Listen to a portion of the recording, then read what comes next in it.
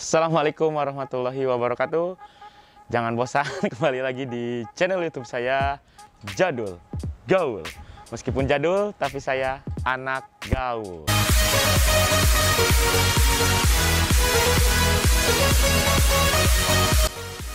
Sesuai dengan janji saya di video sebelumnya, kalau di video sebelumnya saya sudah membahas tentang cara membuang sampah dan juga tempat-tempat istilahnya halte sampah yang ada di depan kosan atau di depan apartemen saya.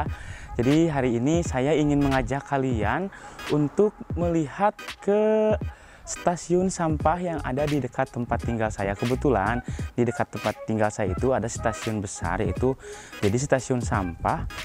Jadi di sana tuh lebih spesifikasi memisahkan barang-barang sampah antara satu dan lainnya. Jadi berdasarkan golongan. Di situ juga ada kayak semacam kayak kardus doang, koran doang, botol doang. Nanti saya akan lihatkan ke kalian semua bagaimana situasi di stasiun sampah yang ada di dekat tempat tinggal saya. Ya udah, ikuti terus video saya. Sekarang saya sudah sampai di tempat stasiun sampah yang berada di dekat tempat tinggal saya. Kebetulan dari tempat tinggal saya menggunakan sepeda itu hanya sekitar kurang lebih 1 menit. Ya udah, kita akan ke sana untuk melihat sampah-sampah yang sudah dipisahkan di Jepang, oke? Ini yang pertama itu ada baterai bekas, apa itu? Kayak bekas remote, bekas baterai mainan itu. Ada bekas HP juga atau HP yang rusak. Nah, itu di pinggirnya ada korek gas atau bensin gas gitu, dan juga ada alat apa ya untuk menyalakan api itu, saya nggak tahu namanya. Jadi walaupun kecil, tapi emang bener-bener harus dipisahkan secara terperinci ini. Nah, selanjutnya ini ada kabel-kabel bekas kayak komputer, kayak laptop, dan kabel-kabel lainnya, pokoknya berhubungan dengan kabel dibuangnya di sini. Bisa dilihat kan, ini ada kabel-kabel doang. Nah, ini apa ya? Ini tuh kayak semacam baterai, tapi saya juga nggak tahu ini baterai apanya. Cuman di situ ada tulisan suatu merek elektronik. Nah, selanjutnya ada kaleng-kaleng, ada bekas kaleng parfum, bekas serangga, dan juga ada untuk kaleng bekas pewangi ruangan itu. Jadi di sini dibuangnya ini dipisahkan dari kaleng minuman. Nah, selanjutnya ini ada lampu putih ya, sama bohlam. Nah, kalau itu yang bundar sama yang bulat. Nah, di sini juga ada lampu neon, kalau bahasa Indonesia itu yang panjang. Jadi walaupun jenisnya sama lampu, tapi emang bener-bener harus dipisahkan menurut jenisnya. Nah, ini selanjutnya ini apa ya? Ini tuh kayak bekas minuman, jus, susu dalam bentuk kotak. Walaupun bentuk kayak kertas, tapi ini tuh tidak bisa disatukan ke dalam kertas, ke dalam sampah kertas. Jadi emang khusus di sini cara buang itu digunting lalu disusun rapi seperti gambar ini. Sudah bisa kalian lihat, ini benar rapi. Selanjutnya ada danboro. Kalian tahu, jadi kalau bahasa Indonesianya itu adalah kardus. Kardus ini yang udah saya bahas, ini masuk ke sampah shigenggomi. Jadi shigenggomi itu adalah sampah yang bisa dipakai kembali gitu, kayak semacam kayak pakaian, kardus. Nah, jadi seperti ini. Ini biasanya juga nanti kalau kardusnya bagus, itu biasanya nanti akan didistribusikan kembali ke tempat-tempat perbelanjaan yang ada di Jepang. Karena emang kalau di Jepang sendiri, udah saya bilang di video sebelumnya, kalau saya itu sekarang itu lebih enak menggunakan kardus. Nah, selanjutnya ini ada sampah pura. Pura itu adalah plastik. Jadi bungkus sampahnya aja udah ketahuan kan. Ini tuh menggunakan plastik yang bertuliskan berwarna hijau.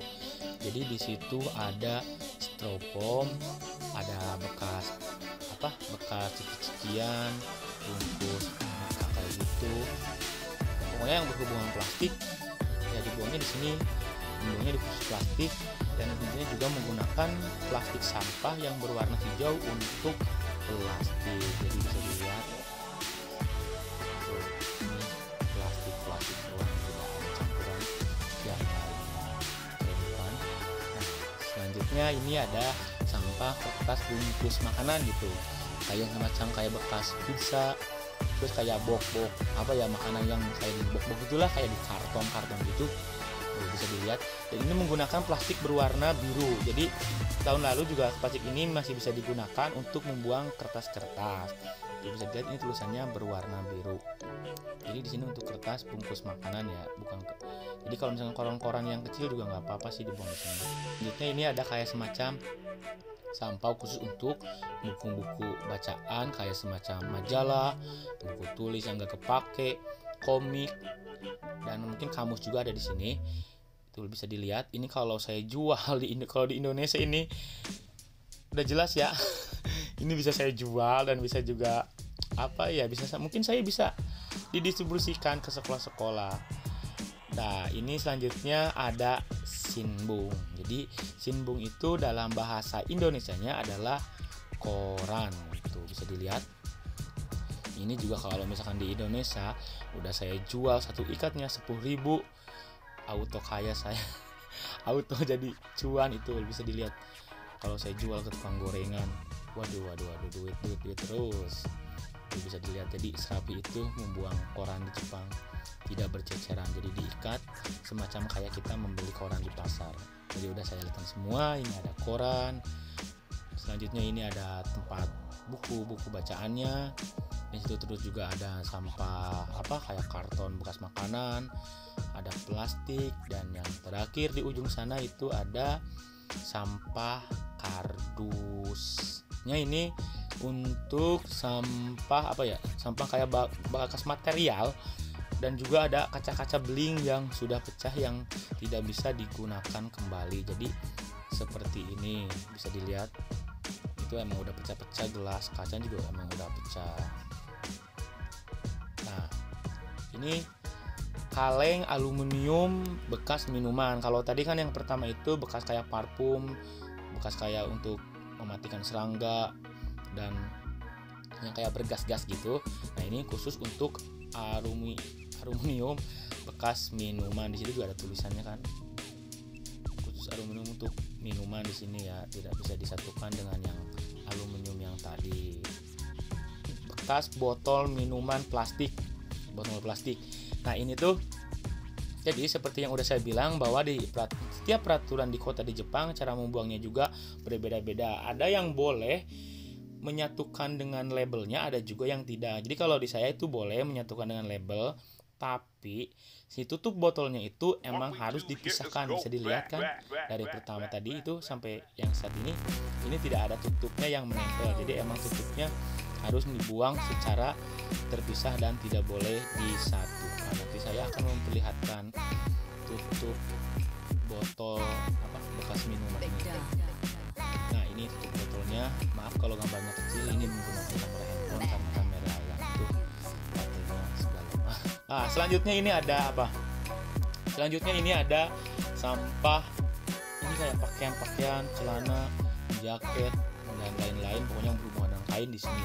Kalau kalian melihat langsung, ini benar-benar masih sangat bagus dan masih sangat layak. Mungkin kalau di Indonesia juga udah saya cuci, udah saya daur, misalnya udah saya manfaatkan dan saya istilahnya jual kembali juga, ini tidak akan nampak kalau ini tuh barang bekas. Emang sangat layak dan tentunya juga masih sangat layak untuk dipakai. Bisa dilihat baju-baju juga masih bagus kan ya. Untuk sampah kayu, jadi mungkin kayu-kayu yang udah tidak dipakai, kayu lemari dan lain-lainnya itu ya di sini.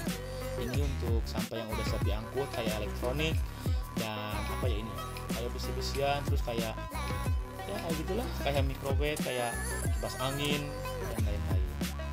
Nah, ini yang terakhir yang saya tunjukkan, ini ada sampah lemari. Bisa dilihat masih bagus kan ya.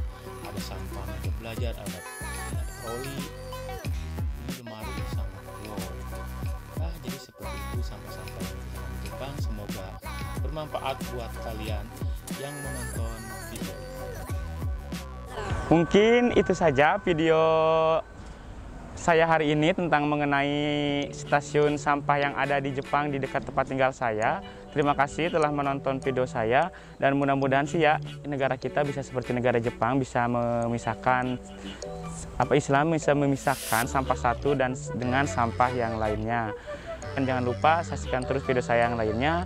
Dan yang terakhir, jangan lupa tekan tombol subscribe, like, dan komen. Wassalamualaikum warahmatullahi wabarakatuh.